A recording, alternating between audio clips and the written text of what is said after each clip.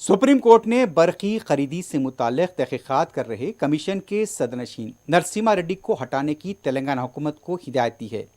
आला अदालत में चीफ जस्टिस डी.वाई. चंद्रचूड़ की बेंच ने साबिक वज़ीर आला के.सी.आर. की दरख्वास्त की समाअत की और इस समाअत के दौरान आला अदालत ने कहा, तेलंगाना हुकूमत को मुतबादिल जज का तकर्रुर करना चाहिए। Chief justice D.Y.. चंद्रचूड़ का यह सवाल था कि कमीशन के सदनशीन किस तरह प्रेस कॉन्फ्रेंस तलब कर सकते हैं।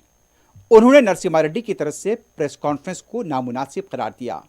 चीफ जस्टिस ने हुक्म दिया कि कमीशन के लिए फौरी मुतबादिल जज का तकर्रुर किया जाए।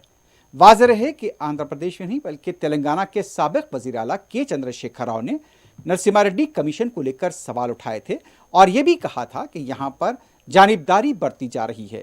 और इसी के साथ सुप्रीम कोर्ट में दरख्वास्त दाखिल की गई थी, जिस पर सुप्रीम कोर्ट ने आज ये अहकाम जारी किए।